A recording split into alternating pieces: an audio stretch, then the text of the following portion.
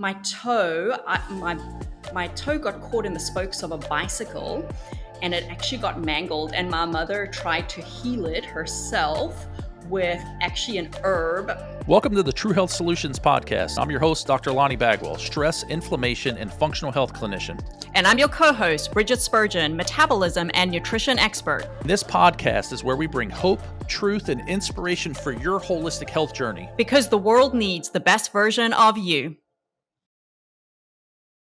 Hello, everyone, and welcome to True Health Solutions podcast. I'm your host, Dr. Lonnie Bagwell, here with my co-host, Brigitte Spurgeon. The one and only, and we are going to talk about a fun topic today. This is us, maybe to some degree, getting stuff off of our chest. These are like frequently asked questions, stuff we talk about all the time, but we love it because it's transformative information, right? So that we don't mind being asked these questions. We're talking today about our top holistic health hacks. So say that 3 times fast.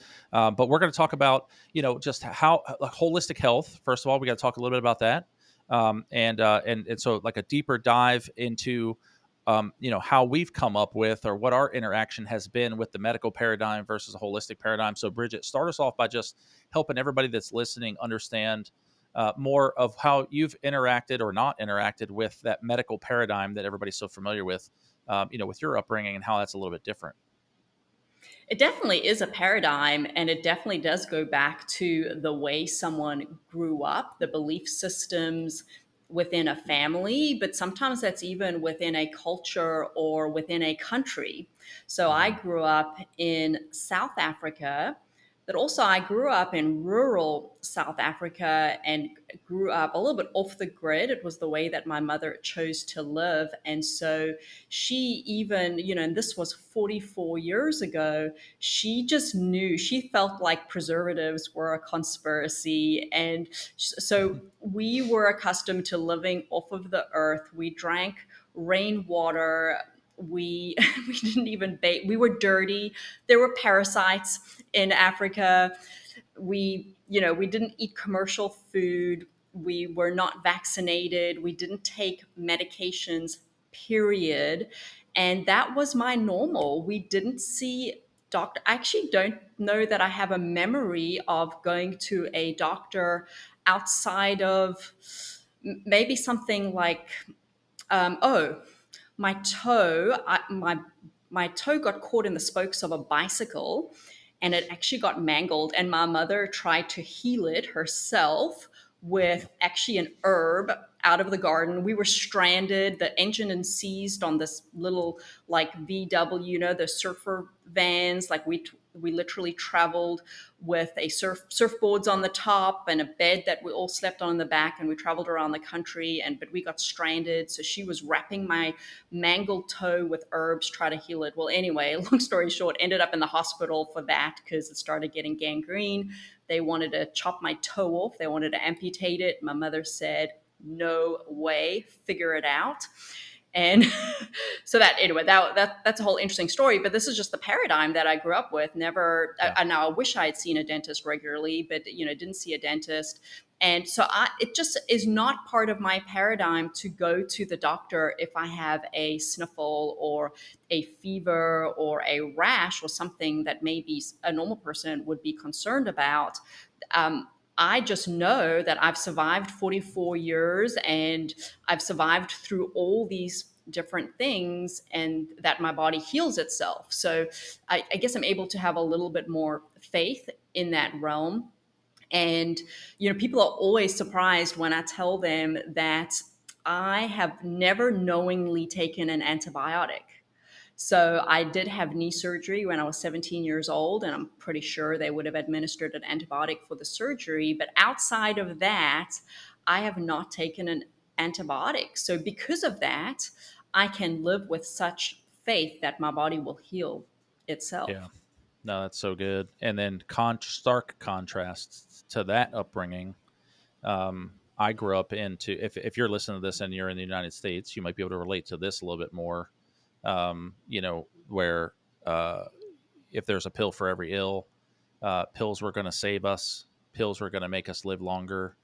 I had the refrigerator at home, long before I could ever see what was up there. I knew that there was like a little bit at the bottom of a brown box that held all of the pills in it on top of the refrigerator.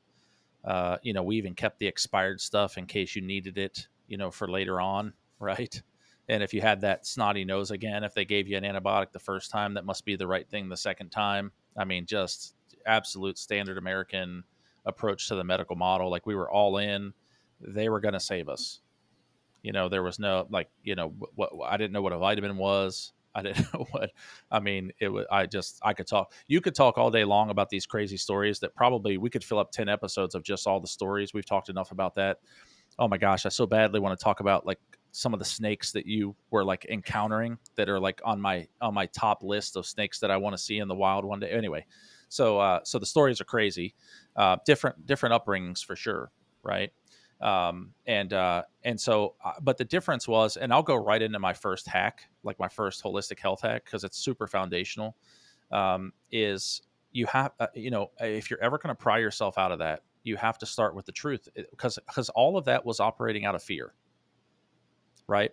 We're afraid of the bug. We're afraid of the unseen virus. We're afraid of the, Ebola breakout somewhere else in the world. Like, we're just like, everything was impressing on us this fear of this unknown, or could happen at any time. And of course, we could go right into a conversation about pandemic recently, where it's like this incredible fear-based approach to our health, and reactive and fear-based. And so the first thing is you've got to start with truth. The only way we're going to conquer the fear, is to replace that with truth. And it starts with first understanding who you are. All right. If you were two cells that came together, and we call that a miracle, and if the birth process happened for you, and we call that a miracle, we have to start walking in the truth that we're still a miracle today, right? That if you can heal from a cut, you can heal from cancer. And what I have found is I share these things. Most people actually want to believe that. They're like, yeah, that is kind of what I thought was true. And if they were going to spell it out, but the fear of the unknown has kept me in bondage to a dependency, like this funky codependency, on this system that, by the way, doesn't have a huge success rate with a lot of the things that we run to them with.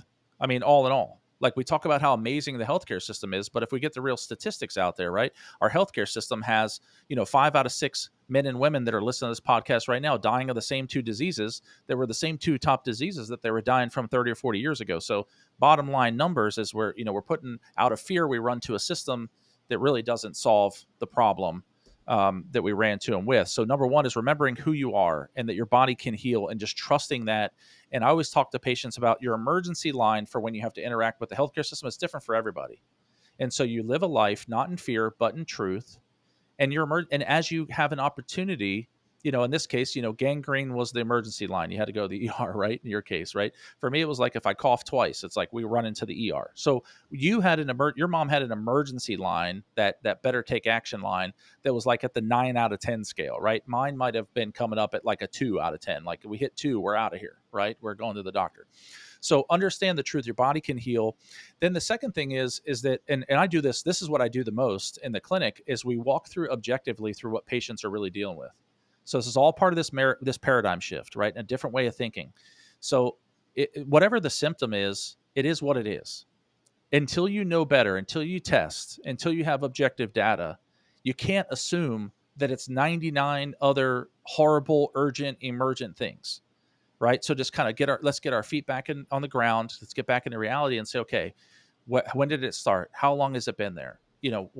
What have you tried so far? Do you have a history of it? And oftentimes, by the time we go through all of it, it actually comes out to be maybe like a 2 or a 3 out of 10 urgency, and something that's completely tackleable, right? No problem. Let's go ahead and get after it. We got your answer right here. But people come in, again, under so much fear because they listen to the billboards, or they listen to the, what a Dr. Google or whatever it might be. And so we have to first understand that your body can heal from a cut, and it can heal from cancer. Second of all, let's just look at the truth around what's really going on right now. Right? Like, let's just, let's dial that in. And then now we're dealing with two amazing realities. Now we're dealing with the reality of who you are and ability you can conquer just about anything, and that this isn't that big of a deal. It absolutely needs to be addressed, but we're not going to treat, a cut like cancer. I think it's interesting to think about your health as having a comfort zone. And so we all have a certain level of comfort zone. As you can tell from my background, I barely, like my boundaries are pretty far off that, that Right. get me into a hospital or in to see a doctor. But I will say that because I take my health so seriously, and I'm so responsible, that doesn't mean I'm not researching and doing things. I'm not neglecting my health. And I think that's sometimes, there may be a perception that someone who doesn't take antibiotics and doesn't get vaccinated and doesn't go to the doctor for everything, there might be a perception that I am irresponsible. And I have been criticized by that in recent years, over the pandemic. But it's actually quite the opposite. I take my health so seriously that I will research. I have practitioners in my corner. I have medical doctors that my uncle is a medical doctor, and I respect him. I respect his opinion. We may not agree on everything, but I actually still seek him out, and I talk to him about my medical conditions because I just want his perspective and the way Right. that he looks at a situation. I value that. I value diagnostics. I value second opinions, third opinions, fourth opinion, because that's how I'm learning, and that's empowering me to be my own best advocate and to make my own best decisions that fit within my paradigm and my belief system. And I'm so Yeah, confident. I was just going to say that's a fantastic point that gives you confidence, and that word responsibility is really important because, and if we, I think that if we could spend more time reading about and understanding how your body heals rather than listening to or reading about how disease is happening, one feeds fear and the other is going to feed empowerment and confidence, right? And so you can go into all the data, which I'm a big data guy. You like data, like we can talk to everybody. Again, I got a cousin that's a medical doctor. I got a best friend from undergrad's a medical doctor. Like, yeah, we look at all. And I tell patients all the time. They're saying, "Well, I don't know if I really want to go. Should I go?" I say, go get more information. They can do tests that I can't do. It doesn't mean information doesn't equal treatment. Information doesn't equal outcome, right? Information equals a logical, objective next step in the best possible direction based off that information. And then we're constantly reevaluating. And but again, it starts with believing that you can heal, because if we're not anchored to that, then the information really knocks us off kilter, right? And then the fear comes in, and then we'll just do whatever everybody else is doing. Well, the whatever everybody else is doing is the number one cause of death in the United States of America, right? Above heart disease.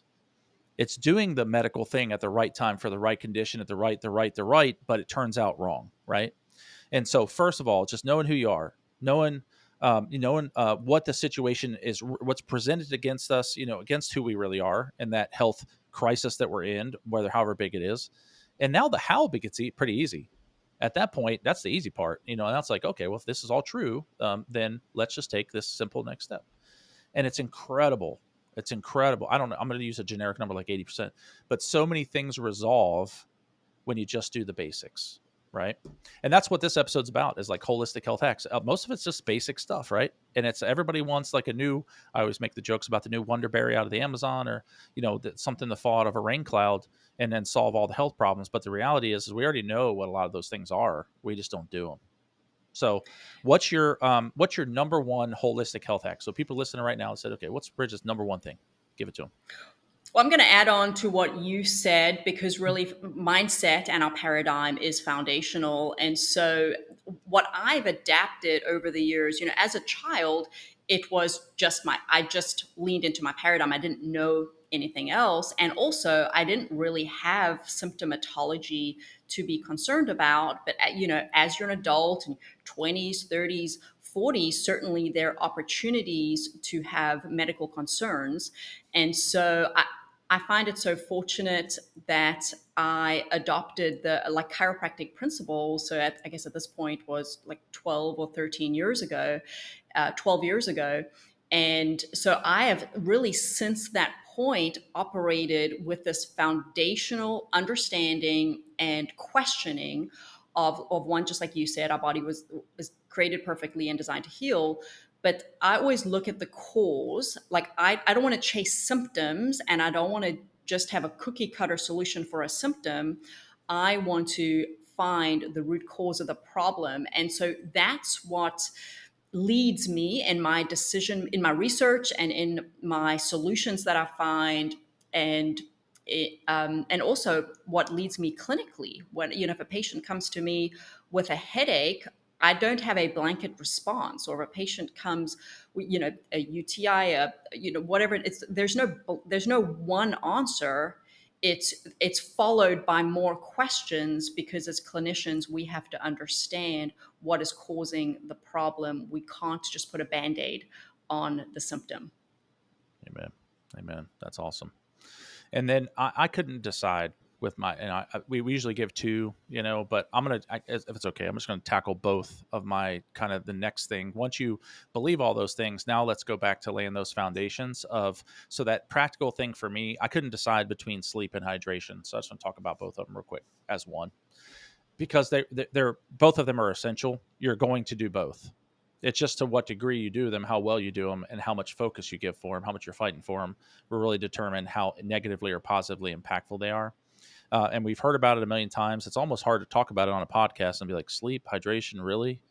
But I'm telling you, now after seeing 10,000 patients or more than 10,000 patients, I talk about it more now than I ever had, because I've seen it work so much. You know what I mean? Like, so it's just like, okay, I'm convinced. And trust me, I'm the kind of guy that I also wish that there was this one thing that we could all do. If there was just one supplement, but it doesn't work that way.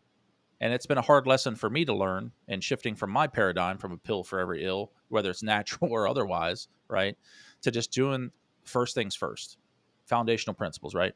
And so anyway, sleep, you've got to fight for it. And this is more for me, what I've come to realize. Yes, you probably are thinking, he's going to say that if you sleep, that's when you heal. That's when your body's out of fight, flight, and rest, digest. Yes, that's all true. We did whole episodes on this stuff. We're going to talk about it probably more in the future, I'm sure, as it relates to other diseases and such.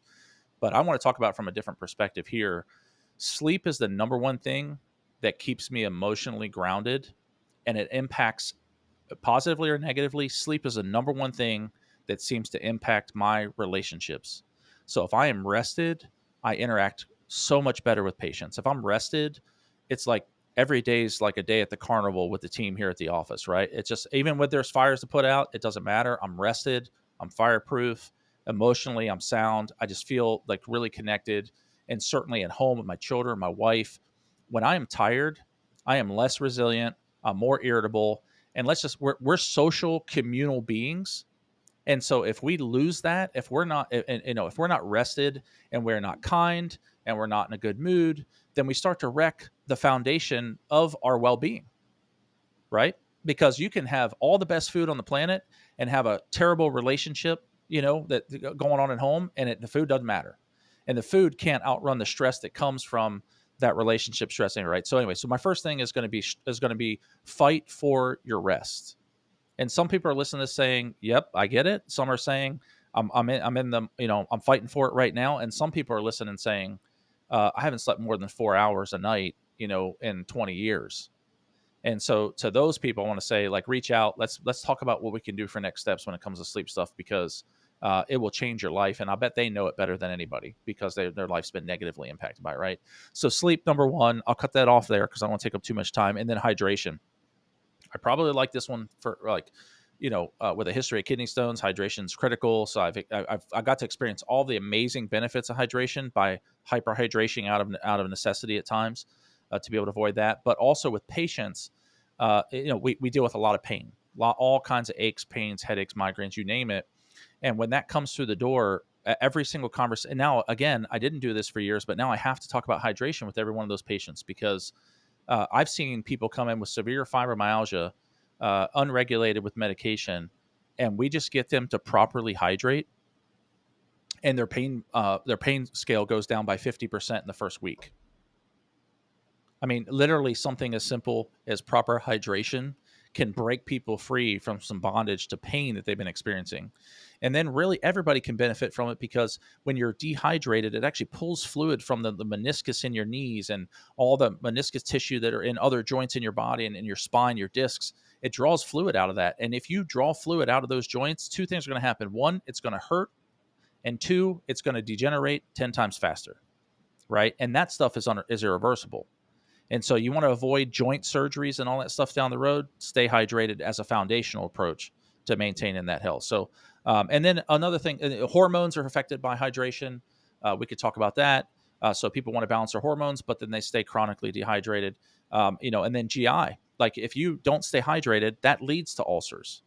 If you don't stay, hydrated properly, then that leads to bloat and gastritis and reflux. And so one of the most foundational things when we see people with neurological issues, joint pain, GI, these are our top patients who walk through the door. It turns out that hydration is actually the number one step, foundational step that everybody should be taking to reverse and or recover from those things or prevent it altogether. So I couldn't decide between sleep and hydration, but hopefully everybody gets the idea. They're both foundational. They're both essential. They're not just good ideas. We need to be paying attention to them. So what's your second big Bridgette's holistic health hack?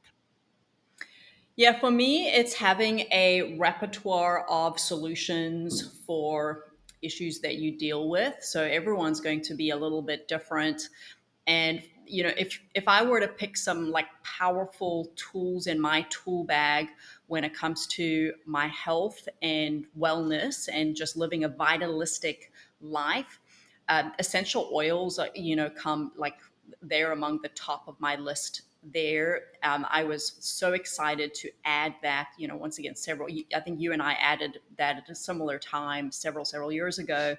And it's just amazing to, that's my medicine cabinet versus NSAID, I did the ibuprofens and the I didn't even actually know all the over the counter things. Like my paradigm is just like, I'm pretty sure I can find an oil for a lot of things. And so, traveling the world where we anticipate not having access to maybe things that we would have when we're at home in Huntersville, we were very strategic with our essential oil kit that we brought with us for, so we went through like immune system, joint pain, like if my back flares up, sleep, bug bites, sunburn, like we just went through all the things. So we have a natural solution for that. And I think everyone also, you find like your core supplements. So, for me, activated charcoal is one of those supplements that just works for a lot of things. I've spoken on a previous episode about using it for a jellyfish sting, if I included that story in an episode. And and now traveling, if I know that I'm taking in toxins, it's I like literally just took activated charcoal last night, so that's been very valuable. I don't use it as much, but I find like we recommend it a lot because it's also one of those, it probably even like takes the place of some essential oils, but colloidal silver is an amazing one because of the antimicrobial nature of it. And so those would just be some examples. And I can't forget to say, though, because for many years, this has also been foundational for me and just a foundational tool in my health, but that's getting adjusted and taking care of my spinal health. Yeah, no, that's so good. We could probably do a whole episode where we just name a condition and then name what we do for it. That might be beneficial for patients or people listening to be able to hear that. Like, what do you do for this? Because we get that question like 5 times a day, right? It's great. I was actually as we were talking, I was like, that would be great. But then you have the tricky ones where it's not a one answer. It Right. depends on the circumstances and the Right. person. But I was just, maybe even if we just think of some of the top ones we get. And for example, I know we get the UTI thing a lot. Oh So yeah, what do you recommend D-Manos. for that? Yep, D-Manos, easy peasy. Now, not all UTIs are E. coli based. So, but if it is E. coli based, D-Manos has been amazing, really fast acting usually to knock that out. We just had a little girl actually had, and gosh, actually, it's a more holistic minded medical doctor that was trying to refer her out and do a bunch of drugs, and the mom just kind of eyebrow raised and was like, "Man, where am I?" She had kind of like, I thought I was in a more natural minded medical office, and she called all frantic and kind of really scared. And I said, just like I always say, like, I can't tell you to take a medication or not take a medication.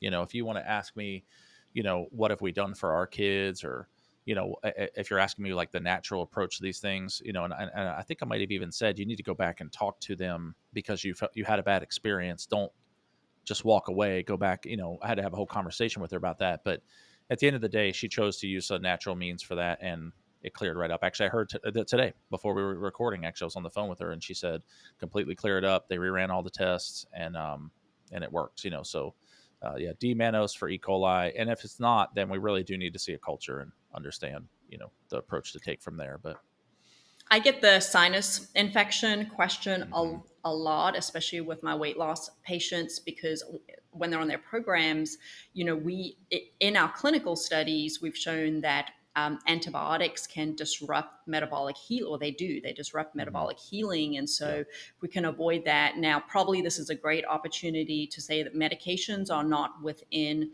our scope. We do not make recommendations on right. to take or come off of medications, and we're always, because that is your medical doctor's expertise, so we're always going to lean into that. That's we just stay away from that.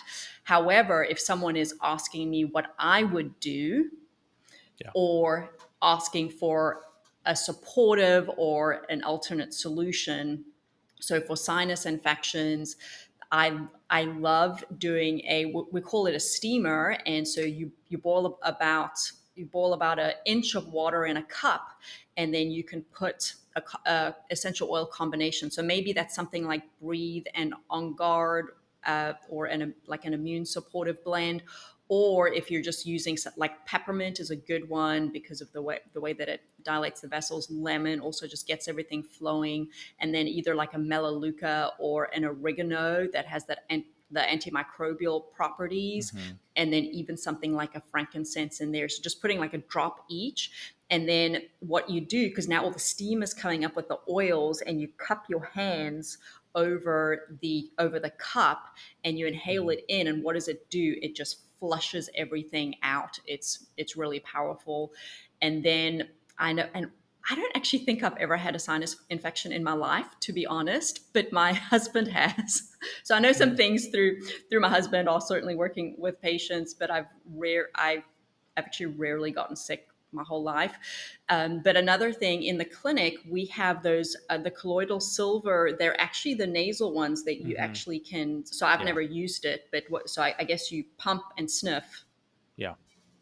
And I thought of something when you, so there's, first of all, those remedies, those at home things that we can do, an adjunct to, alternative to whatever the patient chooses, to other interventions. These things have been around for hundreds and thousands of years, right? Like, this is not like most of the stuff. We pretend like it's the new thing on the block, but really it's a remake, right? So like, I think colloidal silver, monks been making that for hundreds of years, right, and using it exclusively for things. So pretty well tested. Always consult your physician, right, or give us a call and we can do an actual consult. We can talk to you about that. But and then there was something else that you had said. Oh, I know what it was. Is that the other thing I wanted everybody to hear too is that we're really proud of the fact that we work with the medical community, like only through many years of co-managing patients, whether the medical community wanted to co-manage the patients with us or not. Only after seeing people drop 50, 60, 70 pounds, or seeing patients, that cancer patients even, that were responding better to their recovery than other cancer patients, did we build relationships through results with the medical community. We're really proud of that. I can honestly say I've never had a sit down lunch or coffee or whatever with someone in the region here in the medical community, and yet we co-manage patients well all the time. Because when you get results, doing the right thing, asking better questions like we talk about, doing the right testing, and get results for patients, they can't be denied. They can't be denied. And the patients are happy and healthy. And ultimately, if those people really want their patients to be happy and healthy, they can only help but celebrate that. And so anyway, I thought that was important. And And that kind of fits with everything else that we're talking about today. That holistic paradigm, when you're doing these things, they're foundational, they work. And then ultimately, now the patient has a choice because they're empowered. They're not operating out of fear. That's what today's all about. So, and we'll do some more of these. We could probably go on, for 10 more episodes with this kind of stuff. So anything else you wanted to add for today? No, that's really the mission of this podcast is to be supportive as you're finding solutions for your best health and to empower you to make the best aligned decisions for a vitalistic future, not for a future which includes fear and disease. I love it. I love it. All right. So we love everybody. We can't wait to see you on the next episode. We'll see you then. Thanks for joining us today on True Health Solutions Podcast. Make sure that you click to subscribe. Also, go to our website, www.truehealthcharlotte.com, where you can download any resources related to today's show or any future shows. And lastly, if you search for True Health Center Group on Facebook, you'll be able to join our free health community. We look forward to seeing you there.